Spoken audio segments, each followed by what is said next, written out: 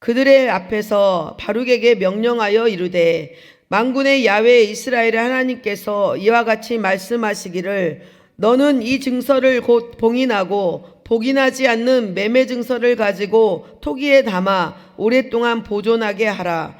만군의 야훼 이스라엘의 하나님께서 이와 같이 말씀하시니라. 사람이 이 땅에서 집과 밭과 포도원을 다시 사게 되리라 하셨다 하니라. 아멘. 네, 저는 오늘 예레미야 32장 1절부터 15절을 우리 성도님들과 함께 살펴볼 텐데요. 절망 속에서 준비된 하나님의 축복, 회복이라는 제목으로 은혜를 나누고자 합니다. 우리가 살아가는 삶에는 때때로 아무런 희망이 보이지 않고 절망의 순간들이 맞을 때가 있습니다. 삶의 현실이 무너지는 어떤 상황과 삶의 기반이 흔들릴 때 나는 아무것도 할 수 없는 존재구나 라는 자책하고 낙심할 수 있는 그런 상황들도 마주할 수가 있습니다. 오늘 본문 예레미야 선지자도 희망을 내다볼 수 없고 또 미래를 예측할 수 없는 상황에 마주하고 있는 때입니다. 바벨론이 예루살렘을 포위하고 있었고 또 예레미야는 감옥에 갇혀 있는 절망 속에서도 또 하나님의 명령에 따라서 밭을 사게 되는 선지자의 순종하는 믿음을 볼 수가 있습니다. 오늘 본문 선지자의 그 어떤 모습을 통해서 우리에게 말씀하시는 하나님의 뜻을 깨닫는 은혜의 시간이 되시기를 소망합니다. 하나님께서는 우리에게 절망 속에서도 말씀하신다는 것을 우리는 알아야 합니다. 우리 32장 1절 2절을 다 함께 합독하시겠습니다. 유다의 시드기야 왕 10째 해 곧 느부갓네살 18째 해에 야훼의 말씀이 예레미야에게 임하니라. 그때에 바벨론 군대는 예루살렘을 에워싸고 선지자 예레미야는 유다의 왕의 궁중에 있는 시위대들에 갇혔으니. 유다 왕 시드기야가 왕위에 오른 지 10년째가 되는 해에 유다는 바벨론과의 전쟁에서 곧 패배당할 수 있는 상황에 처해 있었습니다. 예루살렘이 바벨론 군대에 의해 포위되었고 나라가 무너지는 위기에 절대절망의 상황에 있었던 것입니다. 예레미야는 하나님의 심판, 즉 유다 왕 시드기야가 바벨론 왕에게 사로잡히게 되고 또 유다는 갈대아 사람들과의 전쟁에서 결코 승리하지 못할 것이라는 그 폭탄 선언을 함으로써 이런 청천벽력 같은 소리를 듣는 시드기야에 의해서 감옥에 갇히게 됩니다. 하나님의 말씀을 전하다가 시드기야의 분노를 사게 된 것입니다. 여러분, 예나 지금이나 복음을 위해 헌신하고 수고하는 하나님의 종들, 또 하나님의 사람들이 고난을 당하고 또 고초와 억압을 당하고 있습니다. 또 우리는 그런 소식들을 많이 듣습니다. 진리를 전하는 일은 때때로 그 고초와 그 고난을 감내해야 되는 그런 고통이 수반되기도 합니다. 그로 인해서 포기하고 싶을 때 하나님은 우리 그 어둠 속에서도 절망 속에서도 말씀을 하십니다.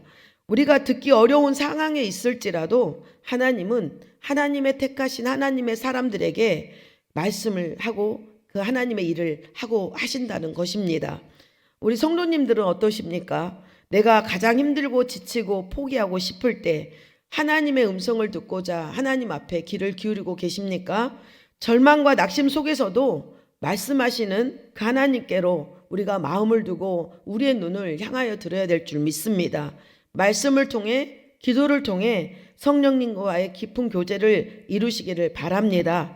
절망의 순간에 또 말씀하시고 또 위로와 소망을 주시는 하나님을 우리가 경험하게 될 것입니다. 두 번째는 하나님께서 예레미야에게 이해할 수 없는 그런 순종을 요구하시는 것입니다. 우리 6절부터 8절 말씀을 다 함께 합독하시겠습니다. 예레미야가 이르되 야훼의 말씀이 내게 임하였느니라 이르시기를 보라 내 숙부 살룸의 아들 하나멜이 내게 와서 말하기를 너는 아나돗에 있는 내 밭을 사라 이 기업을 물을 권리가 내게 있느니라 하리라 하시더니 야훼의 말씀과 같이 나의 숙부 아들 하나멜이 시대 뜰 안 나에게 와서 이르되 청하노니 너는 베냐민 땅 아나돗에 있는 나의 밭을 사라. 기업의 상속권이 내게 있고 물을 권리가 내게 있으니 너를 위하여 사라 하는지라. 내가 이것이 야훼의 말씀인 줄 알았으므로. 네, 여러분, 앞을 가늠할 수 없는 상황입니다. 절망과 답답하고 억울한 어둠의 때에 하나님은 예레미야에게 말씀하신 것입니다. 너의 숙부 살룸의 아들 하나멜이 올 것이다. 올 것이고 그가 밭을 사라고 할 것이다. 그래서 그렇게 얘기할 때 너는 그 밭을 사라. 이렇게 말씀하신 것입니다. 그 말씀에 예레미야는 하나님의 말씀대로 아나돗에 있는 밭을 은 17세겔을 주고 삽니다. 여러분, 당시 나라는 전시 상황이었어요. 전쟁에 있는 상황이었고 이미 바벨론에게 패망을 앞둔 그런 상황이었습니다.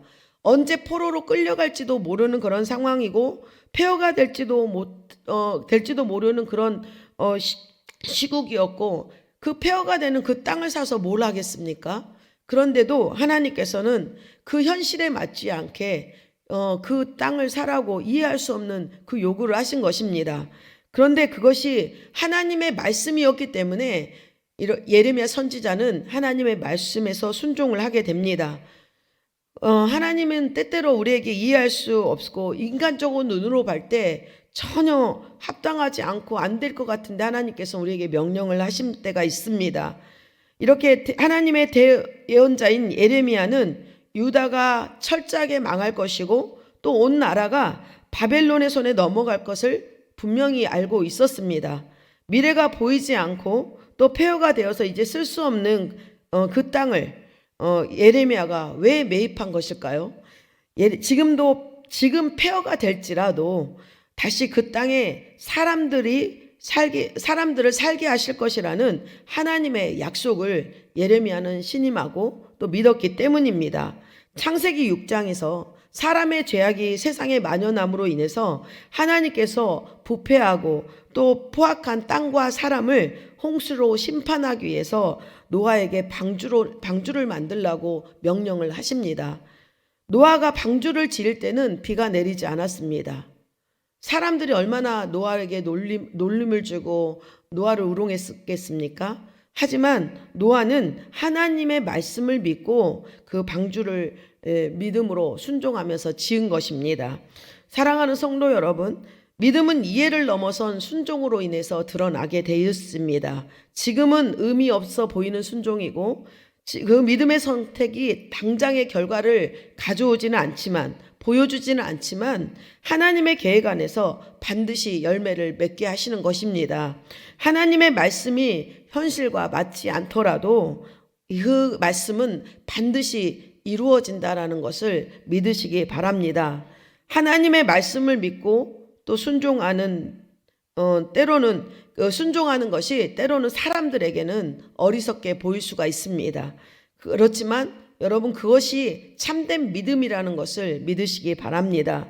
지금 저와 여러분에게 주어진 상황들이 하나님의 말씀에 순종할 수 없고 또 그 말씀에 이렇게 적합하지 않더라도 그 말씀이 하신 하나님 앞에 순종하기 위한 결단을 해야 한다면 여러분, 이해되지 않는 그 이유라도 여러분 하나님의 약속을 바라보고 믿음으로 나아가시기 바랍니다.